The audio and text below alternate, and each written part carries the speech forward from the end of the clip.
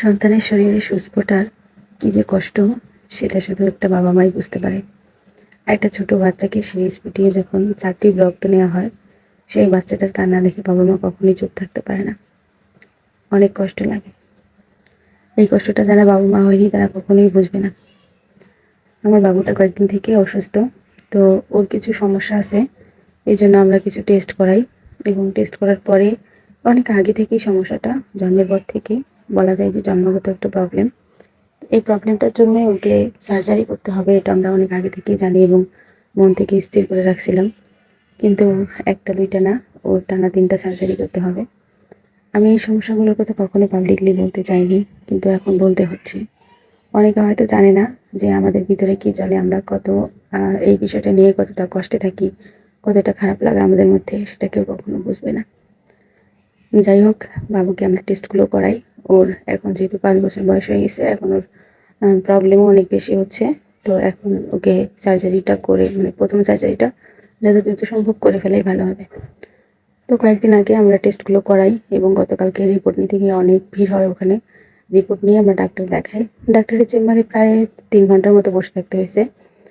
বসে থাকার পরে ডাক্তারকে দেখাই এবং রিপোর্ট নিতে প্রায় 1.5 ঘন্টার মতো লাগছে সময়। সব মিলিয়ে ডাক্তার দেখিয়ে আসতে আসতে রাত 12টা বেজে যায় এবং প্রচণ্ড বৃষ্টি ছিল। আমরা একদম রিক্সা না পেয়ে আধা ঘন্টার মতো রাস্তায় দাঁড়িয়েছিলাম, বাইক নিয়ে যাইনি, অনেক বেশি বৃষ্টি ছিল জন্য। তো তারপর আমরা বৃষ্টিতে ভিজে আসি, প্রায় রাত 12টার দিকে আসি এবং আমাদের দুজনের মানসিক অবস্থা খুবই খারাপ এবং বাবুকে দ্রুত হসপিটালে অ্যাডমিট হতে বলছে। হসপিটাল বলতে ওকে খুব সম্ভবত মেডিকেলেই সার্জারিটা করানো হবে। মেডিকেলেই করালে সবথেকে ভালো ট্রিটমেন্ট হবে। অনেক কষ্ট হবে হয়তো আমাদের, যারা সাথে থাকবে তাদের, কিন্তু কিছু করার নাই।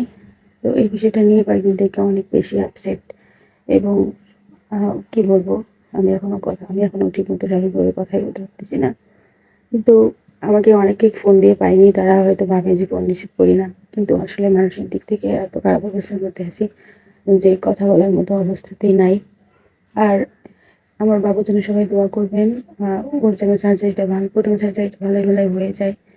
ওর একটু বেশ কিছুদিন থেকে সমস্যা হচ্ছে, সমস্যার কারণে ওর আম অনেক, অনেক সমস্যাই দেখা দিচ্ছে। এজন্য সার্জারিটা দ্রুত করে নেওয়া উত্তম। আর সব দিক থেকেই এই বিষয়টা নিয়ে অনেক বেশি ভেঙে পড়ছি। আর এতটুকু একটা বাচ্চার শরীরে কাটাছেঁড়া করবে, এটা ভাবতেই গা শিউরে ওঠে। কোনোভাবেই মেনে নেওয়ার মতো না, কিন্তু মানসিকভাবে তো নিজেকে প্রস্তুত করতে হবে। আসলে কিছু করার নেই। আল্লাহ পাক যা ভালো মনে করে। তবে ওর সার্জারিগুলো ধাপে ধাপে হবে। প্রথম সার্জারিটা এর মধ্যে, মানে খুব দ্রুত করে নিতে হবে এবং পরবর্তী সার্জারিগুলো এরপর আস্তে আস্তে আমরা করব। ওর এর সুস্থ হওয়ার উপর নির্ভর করবে পরবর্তী সার্জারিগুলো আসলে কবে করব। তো আমার বাচ্চার জন্য সবাই দোয়া করবেন, ও যেন তাড়াতাড়ি সুস্থ হয়ে যায়। আর ওর কি সমস্যা এগুলো আমি এখনই বলতে চাচ্ছি না, আমি পরে আপনাদেরকে বলবো সময় করে। আর আমি ভিডিওতে ভয়েস দেওয়ার মতো মানসিক অবস্থায় নেই, কিন্তু তারপরেও ভয়েস দিতে হচ্ছে। পেজটাকে প্রফেশনালি নিতে চাচ্ছি, এই জন্য নিয়মিত ভিডিও আপলোড দেওয়া আর কি। ভিডিও আপলোড দিতে হবে, নাহলে আমার পেজের রিচ ডাউন হয়ে যাবে, আমি জানি। তো এই জন্যই আসলে সব কিছু মিলে নিয়মিত রিলস বা ভিডিও আপলোড দেওয়ার চেষ্টা করছি। সবাই আমার বাবুর জন্য দোয়া করবেন, সাপোর্ট করবেন, পাশে থাকবেন যেন ওর প্রথম সার্জারিটা খুব ভালোভাবে হয়ে যায়। তারা থাকবেন সবাই। আসসালামু আলাইকুম।